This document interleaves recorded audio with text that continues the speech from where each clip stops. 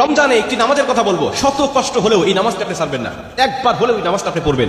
নবীজি এই নামাজের এত গুরুত্ব দিতেন, নবীজি বলেছেন জীবনে একবার হলেও তুমি নামাজটা পড়বে। এই হাদিসটি ইবনে মাজাহ শরীফের, তিরমিজি শরীফের এবং আবু দাউদ শরীফের 1297 নম্বর হাদিসের মধ্যে হাদিসটা বর্ণনা হয়েছে এই নামাজের কথা। নবীজি তার চাচা আব্বাস রাদিয়াল্লাহু তাআলা আনহুকে ডাক দিয়ে বলেন, চাচা আমি আপনাকে এমন একটি নামাজের কথা বলছি, এই নামাজটা আপনি প্রতিদিন একবার হলেও আপনি আদায় করবেন। চাচা যদি প্রতিদিন সম্ভব না হয়, অন্তত সপ্তাহে একবার হলেও আপনি নামাজটা পড়বেন। যদি সপ্তাহে সম্ভব না হয়, তাহলে আপনি মাসে অন্তত একবার এই নামাজটা আদায় করবেন। চাচা যদি মাসেও আপনার পক্ষে কষ্টকর হয়ে যায়, বছরে একবার পড়বেন। যদি বছরেও না পারেন, জীবদ্দশায় অন্তত একবার হলেও নামাজটা পড়বেন। কারণ এই নামাজটা এত পাওয়ারফুল নামাজ, এই নামাজটা আদায় করার কারণে আপনার প্রকাশ্যে অপ্রকাশ্যে যত গুনাহ করেছেন, আপনার ইচ্ছায় অনিচ্ছায় যত গুনাহ করেছেন, আপনার অতীত জীবনে যত গুনাহ করেছেন, সব গুনাহ আল্লাহ আপনাকে ক্ষমা করে দিবে। চাচা এই নামাজটার নিয়মটা একটু ব্যতিক্রম। এই নামাজটাকে বলা হয় সালাতুত তাসবিহ। এই নামাজের মধ্যে অতিরিক্ত কিছু তাসবিহ পাঠ করতে হয়। সুবহানাল্লাহ, আলহামদুলিল্লাহ, লা ইলাহা ইল্লাল্লাহ, আল্লাহু আকবার। এই চারটা তাসবিহ একত্রিত করে সুবহানাল্লাহি ওয়াল হামদুলিল্লাহি ওয়া লা ইলাহা ইল্লাল্লাহু আল্লাহু আকবার, এই তাসবিহগুলো, এই বাক্যগুলো এখানে পাঠ করতে হয়। 4 রাকাত বিশিষ্ট এই নামাজ সালাতুত তাসবিহ 4 রাকাত পড়তে হয় এক নিয়তে। 4 রাকাত নামাজে প্রতি রাকাতে 75 বার করে করে মোট 300 বার এই তাসবিহটা পাঠ করতে হয়। সুবহানাল্লাহি ওয়াল হামদুলিল্লাহি ওয়া লা ইলাহা ইল্লাল্লাহু আল্লাহু আকবার। এই তাসবিহটা, এই দোয়াটা 75 বার করে করে প্রতি 4 রাকাতে মোট 300 বার করে আপনি পাঠ করবেন। কি নিয়মে পাঠ করবেন আমি আপনাকে নিয়মটা শেখাচ্ছি। আবু দাউদ শরীফের 1297 নম্বর হাদিসের মধ্যে যে নিয়মটা এসেছে, আমি এই নিয়মটা আপনাকে শেখাচ্ছি।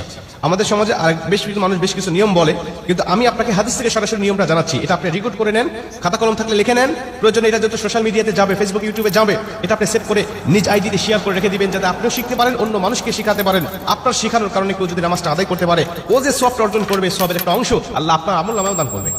এজন্য এগুলো মানুষের কাছে ছড়িয়ে দিবেন যত সম্ভব হয়। আপনি প্রথমে যখন নামাজটা শুরু করবেন, নিয়ত করবেন নফল নামাজের নিয়ত করে। অন্যান্য নামাজে যেভাবে সানা পাঠ করি আপনি সেভাবে সানা পড়বেন। অন্যান্য নামাজে যেভাবে সূরা ফাতিহা পড়ি ওভাবে সূরা ফাতিহা পড়বেন। অন্যান্য নামাজে সূরা ফাতিহার পরে যেভাবে সূরা মিলান ওইভাবে সূরা মিলাবেন। সূরা মিলানোর পরে রুকুতে যাওয়ার আগে দাঁড়ানো অবস্থায় আপনি 15 বার এই তাসবিহটা পাঠ করবেন। সুবহানাল্লাহি ওয়াল হামদুলিল্লাহি ওয়া লা ইলাহা ইল্লাল্লাহু আল্লাহু আকবার। এই তাসবিহটা পাঠ করলেন 15 বার। 15 বার পাঠ করার পর আপনি রুকুতে চলে গেলেন। রুকুতে গিয়ে রুকুর যে তাসবিহটা আছে, তাসবিহটা পাঠ করার পরে সুবহান রাব্বিল আযীম বলার পরে আপনি এই তাসবিহটা আবার পাঠ করবেন 10 বার।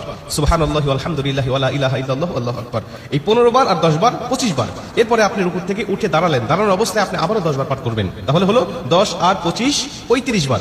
এরপরে আপনি রুকুতে চলে যাবেন। রুকুতে গিয়ে রুকুর তাসবিহটা পাঠ করার পরে আবারও পড়বেন 10 বার।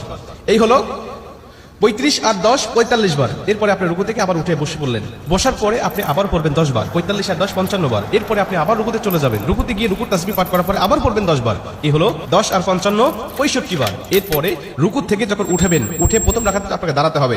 না দাঁড়িয়েই আপনি বসা অবস্থায় আবার 10 বার পাঠ করবেন। এই হলো 65 আর 10 75 বার। দ্বিতীয় রাকাতে ঠিক একই নিয়মে, তৃতীয় রাকাতে ঠিক একই নিয়মে, চতুর্থ রাকাতেও একই নিয়মে। এই 4 রাকাতে 75 বার করে করে যখন 300 বার পাঠ করে আপনি সালাম ফিরিয়ে নামাজটা শেষ করবেন, সালাতুত তাসবিহ নামাজটা আপনার আদায় হয়ে গেল।